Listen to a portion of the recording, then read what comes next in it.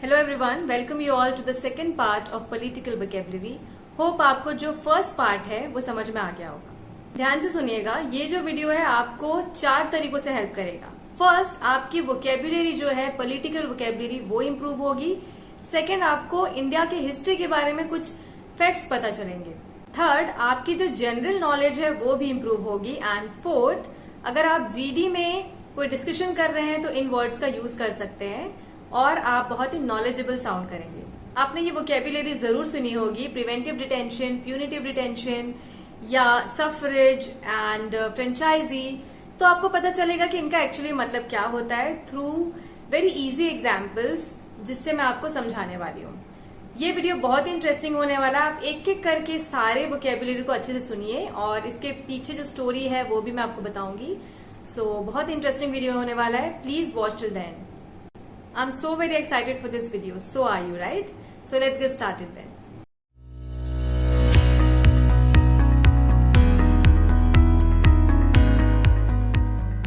First जो हम deal करने वाले हैं वो हम पेयर में डील करेंगे, प्यूनिटिव वर्सेस प्रिवेंटिव डिटेंशन। तो ऐसे वर्ड जो है आप अक्सर न्यूज़पेपर में सुन सकते हैं। तो पहले हम डिस्कस करते हैं प्यूनिटिव डिटेंशन।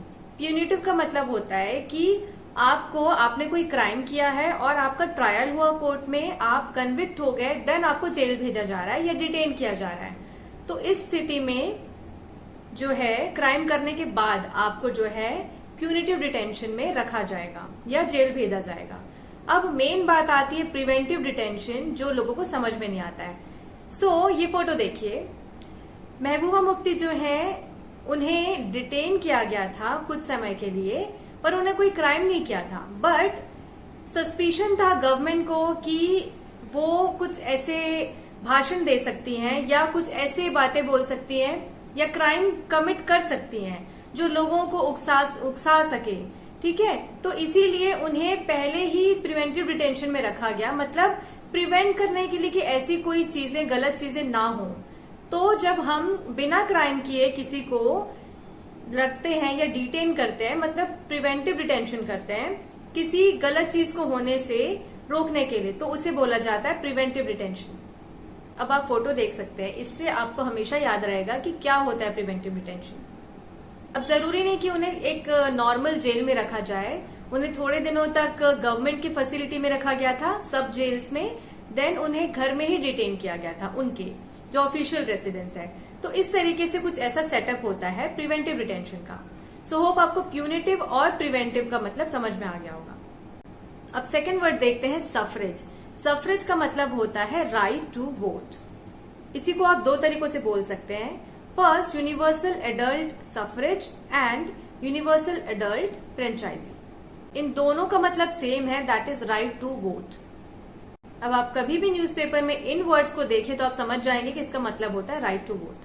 जो मैं नेक्स्ट लेने वाली हूँ वर्ड, वो अधिकतर लोग को पता होगा, इलेक्शन मैनिफेस्टो।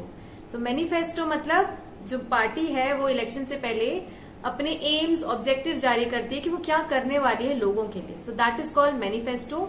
हिंदी में इसे बोला जाता है घोषणा पत्र। इसमें ज्यादा दिमाग लगाने की जरूरत नहीं आएगी, आपको समझ में आ गया होगा। अब हम चलते हैं नेक्स्ट वोकैबुलरी की तरफ, जो है ऑर्डिनेंस।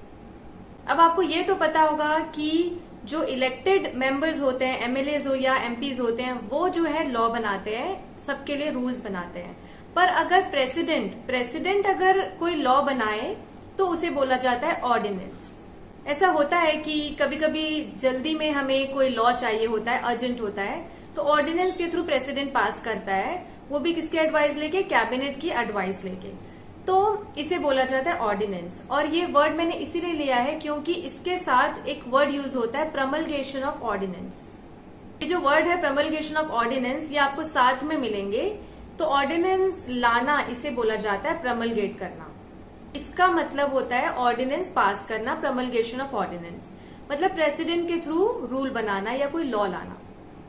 अब हम चलते हैं नेक्स्ट वर्ड की तरफ, जो है प्रोक्लेमेशन ऑफ इमरजेंसी। सो आपने अभी देखा प्रमलगेशन, अब देखते हैं प्रोक्लेमेशन। अब आपको पता होगा, अगर आपने थोड़ा बहुत जानते होंगे आप इमरजेंसी के बारे में, जैसे कि इंदिरा गांधी के समय जो है इमरजेंसी लाई गई थी और इसमें फंडामेंटल राइट्स नहीं रहते हमारे, अपने राइट्स के लिए आप कोर्ट नहीं जा सकते और कुछ कुछ प्रोविजंस है, तो हम उसमें डिटेल्स में नहीं जाएंगे। बस आपको ये वर्ड बताना था कि जब इमरजेंसी लगती है तो उसे बोला जाता है प्रोक्लेमेशन ऑफ इमरजेंसी। अब देखते हैं एक बहुत ही इंटरेस्टिंग वर्ड, डिफेक्शन। डिफेक्शन का मतलब होता है कोई भी पार्टी का मेंबर, जैसे बीजेपी या कांग्रेस हो गई या कोई भी पार्टी, वो एक पार्टी को छोड़ के दूसरे पार्टी में चली जाती है तो उसे बोलते हैं डिफेक्शन। सपोज किसी एमएलए ने डिफेक्ट कर दिया, मतलब वो पार्टी छोड़ के दूसरे में चला गया, तो इसे बोलते हैं डिफेक्शन। और इसी के लिए गवर्नमेंट लाती है एंटी डिफेक्शन लॉ। सो ये वर्ड भी आप कभी ना कभी सुनेंगे, एंटी डिफेक्शन लॉ पास किया गया, मतलब वो डिफेक्ट ना कर सके, या अगर वो करते हैं तो क्या क्या प्रोविजंस हैं उससे रिलेटेड, वो उसमें सारे मेंशन हैं, तो उसे बोला जाता है anti defection law. Next word है एनफोर्सेबल। एनफोर्सेबल मतलब कोई ऐसा लॉ, अग्रीमेंट, कॉन्ट्रैक्ट जो हम दूसरों के द्वारा मनवा सके, मतलब एक्सेप्ट करवा सके या अग्री करवा सके, तो वैसे लॉज को या कॉन्ट्रैक्ट को बोला जाता है एनफोर्सेबल। मतलब ऐसा लॉ जो बाइंडिंग है, आप ये नहीं बोल सकते कि मैं इसको नहीं मानूंगा, ठीक है। अगर आप नहीं मानते हो तो आपके खिलाफ एक्शन लिया जाएगा, इसीलिए वो लॉ एनफोर्सेबल है, या कोई भी कॉन्ट्रैक्ट। अब जो मैं दो वर्ड्स बताने वाली हूँ उसे आप ध्यान से सुनिएगा, प्लेबिसाइट और रेफरेंडम। प्लेबिसाइट आपको सुना सुना सा लगता होगा, राइट। तो अगर आपने कश्मीर फाइल्स देखी है, रिसेंट जो मूवी है, उसमें बताया गया है कि प्लेबिसाइट क्या होता है। अब इसमें डिटेल में मैं नहीं जाऊंगी, अब आपको मैं नॉर्मल मीनिंग बताती हूँ इसका, कि इसका मीनिंग क्या होता है। अब प्लेबिसाइट और रेफरेंडम दोनों एक तरीका है कि लोग डायरेक्ट वोट कर सके किसी भी लॉ के लिए या किसी भी डिसीजन के लिए जो गवर्नमेंट लेना चाहती है। तो इन दोनों को बोला जाता है डायरेक्ट डेमोक्रेसी।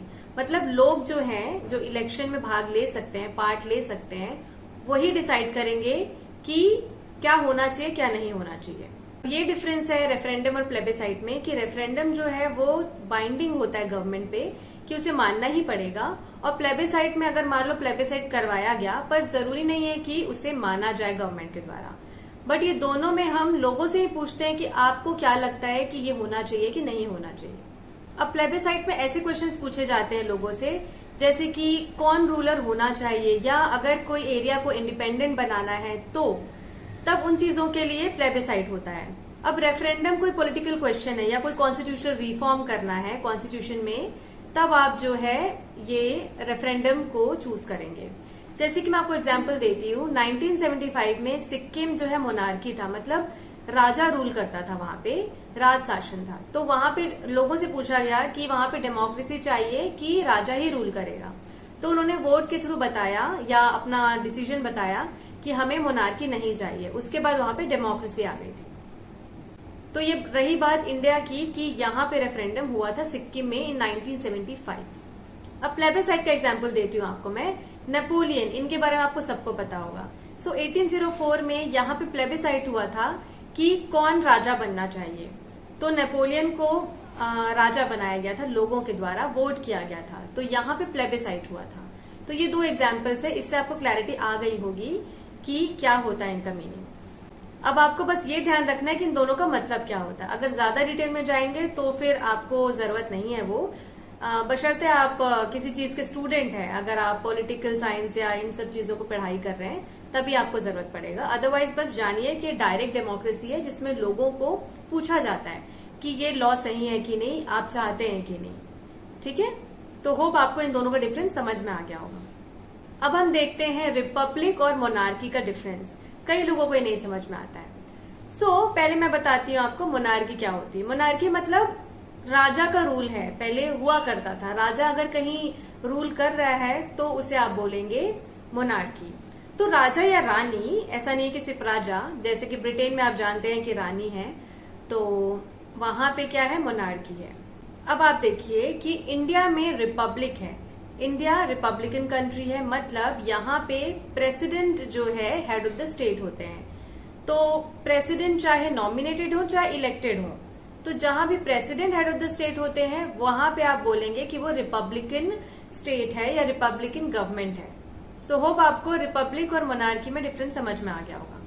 अब नेक्स्ट वर्ड है सेक्युलर या सेक्युलरिज्म, धर्मनिरपेक्ष या धर्मनिरपेक्षता। मतलब कोई भी गवर्नमेंट किसी एक रिलीजन को सपोर्ट नहीं करेगी, सब उसके लिए इक्वल हैं। ऐसे लॉज नहीं बनाएगी जो एक ही रिलीजन को सपोर्ट करे या उनके लिए एडवोकेट करे, उनके लिए बोले। ठीक ठीक है। सो ये होता है डिफरेंस। जैसे कि इंडिया एक सेक्युलर कंट्री है। होप आपको सेक्युलर का मतलब आप समझ में आ गया होगा। नेक्स्ट वर्ड है फेडरलिज्म, या फेडरल कोई अगर कंट्री है तो वो उसका सेटअप कैसा होता है। जैसे कि इंडिया, तो इंडिया में 2 लेवल पे गवर्नमेंट काम करती है, 2 लेवल पे, जैसे कि सेंट्रल और स्टेट। तो स्टेट में भी इलेक्शन होते हैं, सेंट्रल में भी। अब सेंट्रल गवर्नमेंट भी होती है, स्टेट भी होती है। तो जब ऐसी कोई सेटअप होता है किसी कंट्री का, उसे बोलते हैं फेडरल कंट्री, या इस चीज को नाउन के फॉर्म में बोला जाएगा federalism. It means 2 levels of government. India का सेटअप कैसा है? India is a federal country. अब आप ध्यान से सुनिएगा, ये जो 2 वोकैबुलरी मैं आपको बताने वाली हूँ बहुत इंपॉर्टेंट है। पहला है वोटर टर्नआउट।